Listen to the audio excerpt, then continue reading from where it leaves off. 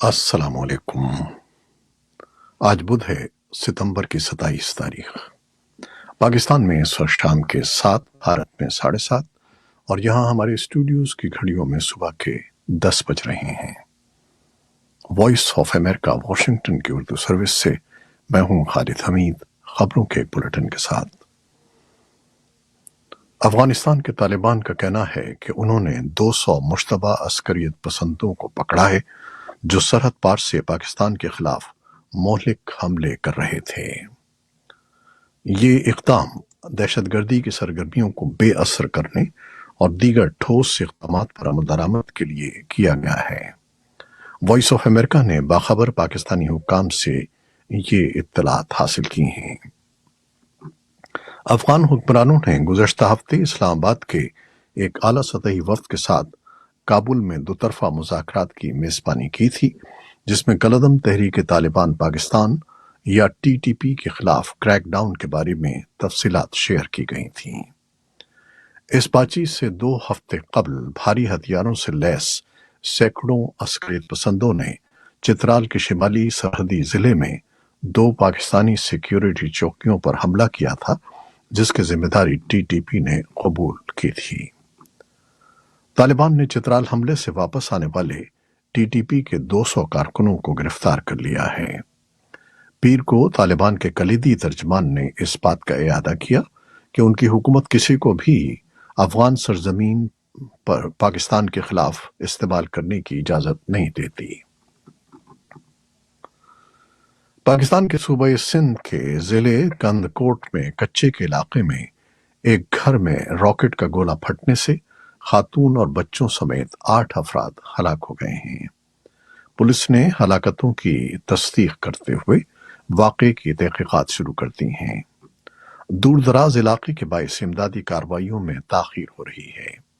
واقعے سے متعلق سامنے آنے والی ابتدائی معلومات کے مطابق دھماکہ گھوڑا گھٹ کے علاقے میں اس وقت ہوا جب بچے راکٹ کا گولہ گھر لے آئے۔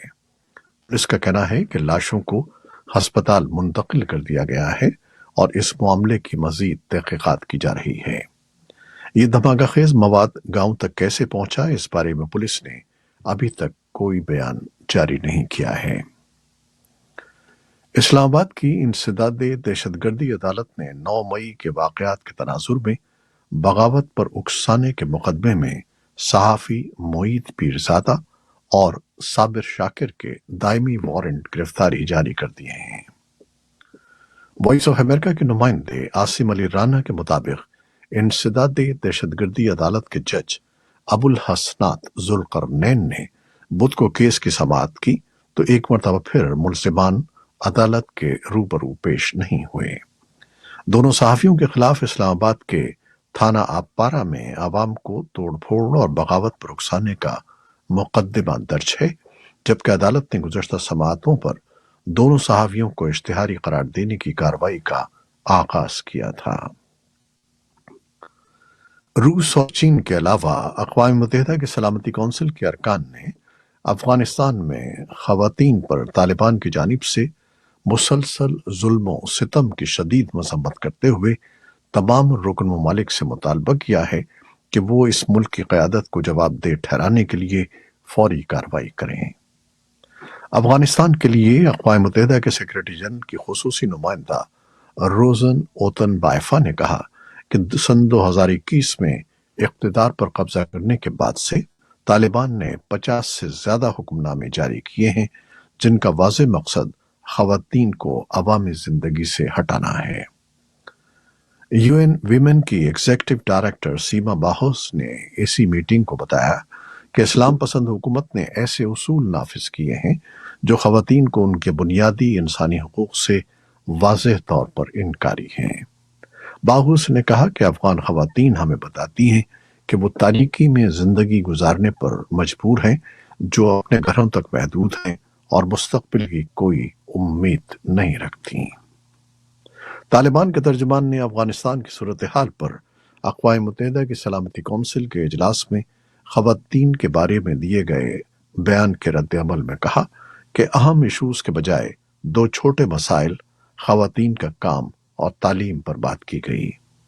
انہوں نے کہا کہ افغانستان میں عمومی سلامتی، امن، استحکام، عام معافی اور اقتصادی پیش رفت کے بجائے شرکاء نے افغانستان میں دباؤ کی پالیسیوں کو جاری رکھا ہے۔ بھارت کے وزیر خارجہ سبرامنیم جے شنکر نے کہا ہے کہ علیحدگی پسند سکھ رہنما پردیپ سنگھ نجر کے قتل سے متعلق کینیڈا کوئی بھی مخصوص نوعیت کی یا متعلقہ معلومات فراہم کرے تو بھارت انہیں دیکھنے کے لیے تیار ہے۔ نیو یارک میں کونسل آن فارن ریلیشنز کی ایک تقریب میں ان الزامات کے بارے میں پوچھے جانے والے سوال پر جے شنکر نے سفارتی مصروفیات میں بھارت کے رد عمل کا تفصیلی ذکر کیا۔ امریکہ سمیت کینیڈا کے اتحادیوں نے ان دعووں پر محتاط انداز میں تشویش ظاہر کی ہے اور بھارت پر زور دیا ہے کہ کینیڈا کی تحقیقات میں تعاون کرے۔ کینیڈا میں متعین امریکی سفیر نے کینیڈین ٹی وی کو بتایا کہ اس کیس کے بارے میں کچھ معلومات فائیو آئیز انٹیلیجنس الائنس نے حاصل کی ہیں۔ اس انٹیلیجنس الائنس میں امریکہ، کینیڈا، آسٹریلیا، نیوزی لینڈ اور برطانیہ شامل ہیں۔ بھارت کے شمال مشرقی ریاست منی پور کے دارالحکومت امپھال میں اسٹوڈنٹس اور سیکیورٹی فورسز کے درمیان منگل کی رات ہونے والے تصادم کے نتیجے میں حالات کشیدہ ہو گئے ہیں۔ پولیس کے مطابق تصادم میں کم از کم 45 اسٹوڈنٹس زخمی ہوئے ہیں۔ ریاستی حکومت نے نصب و نسق کی موجودہ صورتحال کے پیش نظر پوری ریاست کو شورش زدہ قرار دے دیا ہے۔ اس نے ریاست کے پہاڑی علاقوں میں سیکیورٹی فورسز کو خصوصی اختیارات دینے والے قانون armed forces special power act کے نفاذ میں مزید 6 ماہ کی توسیع کر دی ہے۔ اس کے ساتھ ہی انٹرنیٹ خدمات 1 اکتوبر تک بند کر دی گئی ہیں۔ اصل اپوزیشن کانگریس نے ایک بار پھر وزیر اعلیٰ کو برطرف کرنے کا مطالبہ کیا ہے۔ عراقی صوبے نینوا میں مسیحی برادری کی شادی کی ایک تقریب میں آتش زدگی سے مرنے والوں کی تعداد 100 تک پہنچ گئی ہے اور لاشوں اور زخمیوں کو موصل اور دیگر قریبی شہروں میں بھیج دیا گیا ہے۔ آتش بازی کی وجہ سے لگنے والی آگ نے مہمانوں سے بھرے ہال کو بھسم کر دیا، جس میں 100 سے زائد افراد ہلاک اور 150 دیگر زخمی ہو گئے۔ حکام نے خبردار کیا ہے کہ ہلاکتوں کی تعداد میں اب بھی اضافہ ہو سکتا ہے۔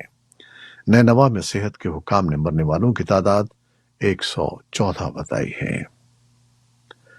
روس نے بدھ کے روز امریکہ اور برطانیہ پر الزام عائد کیا کہ انہوں نے گزشتہ ہفتے اس حملے میں یوکرین کی مدد کی جو روس کے زیر قبضہ کرائمیا میں روسی بحیرہ اسود کے بحری بیڑے کے ہیڈ کوارٹر پر کیا گیا تھا۔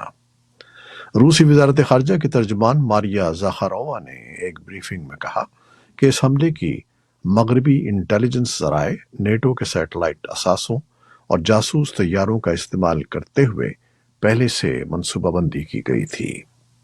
زاخارووا نے یہ بھی کہا کہ امریکی اور برطانوی انٹیلیجنس نے میزائل حملے کو مربوط کرنے میں مدد کی۔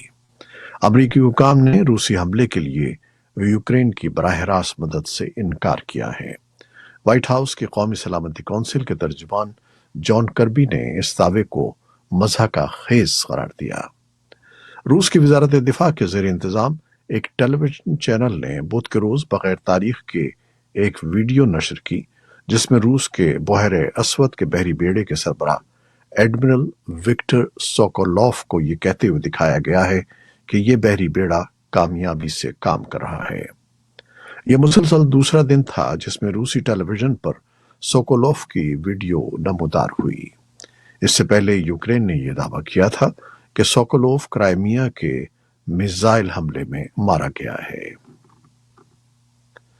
امریکہ اور جرمنی نے نیگورنو کاراباخ کے علاقے میں بین الاقوامی مبصرین کو جانے کی اجازت دینے پر زور دیا ہے۔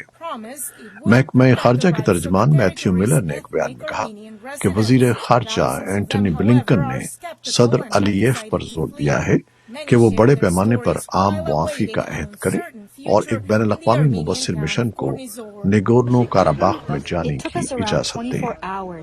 علییف کے دفتر نے کہا کہ انہوں نے بلنکن کو بتایا کہ کاراباخ کے علاقے میں رہنے والے آرمینیائی باشندوں کے حقوق کو یقینی بنانے کے لیے متعلقہ سرگرمیاں جاری ہیں، اور یہ کہ آذربائیجان کی افواج نے گزشتہ ہفتے 24 گھنٹے کی کارروائی میں صرف فوجی تنصیبات کو نشانہ بنایا ہے۔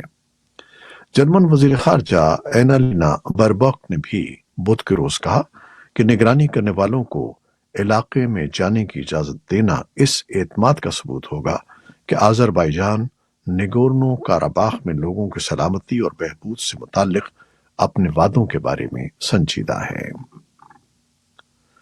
صدر جو بائیڈن نے یونائیٹڈ آٹو ورکرز کے ہڑتالی کارکنوں پر زور دیا ہے کہ وہ اپنے مطالبات پر جمے رہیں۔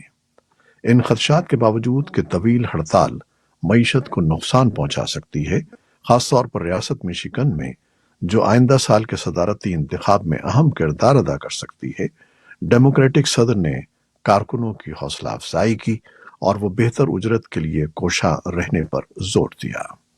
وائٹ ہاؤس کے مطابق بائیڈن جدید دور کے پہلے صدر ہیں جنہوں نے ہڑتال کرنے والوں کے ساتھ یکجہتی کا اظہار کیا ہے، جو اس بات کی علامت ہے کہ جب وہ دوبارہ انتخاب میں حصہ لے رہے ہیں تو وہ یونین کی حمایت حاصل کرنے کے لیے کس حد تک جانے کو تیار ہیں۔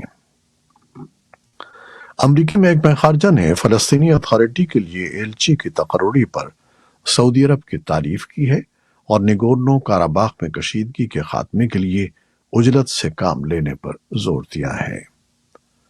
محکمہ خارجہ کے ترجمان میتھیو ملر نے کہا کہ ہم سعودی عرب اور فلسطینی اتھارٹی کے درمیان بڑھتے ہوئے روابط کو سراہتے ہیں اور اسے ایک مثبت قدم کے طور پر دیکھتے ہیں۔ فلسطینی اتھارٹی کے لیے سعودی عرب کے نئے تعینات کردہ ایلچی نائف الصدیدی نے فلسطینی صدر محمود عباس سے ملاقات کی۔ یہ اسرائیل کے زیر کنٹرول مغربی کنارے کا ان کا پہلا دورہ تھا، جو سعودی عرب اور اسرائیل کے درمیان تعلقات کو معمول پر لانے کی امریکی کوششوں سے منسلک ہے۔ یہ تھیں وہ خبریں جو فیس بک لائیو پر ہم نے آپ کے لیے پیش کی۔ ہماری ویب سائٹ، یوٹیوب اور پوڈ کاسٹ پر یہ بلیٹن آپ کے لیے پوسٹ کر دیا جاتا ہے۔ آپ ہمارے بلیٹن کو شیئر کرتے ہیں اور اپنے کمنٹس میں اپنی محبتوں کا اظہار کرتے ہیں، جس کے لیے ہم آپ کے بہت ممنون ہیں۔ اپنی ان کوششوں کو جاری رکھیے گا۔ نیوز پروڈیوسر عائزہ عرفان اور سید اظفر امام اور نیوز ایڈیٹر بہجت جیلانی کے ساتھ خالد حمید کو اجازت دیجیے گا۔ اللہ حافظ۔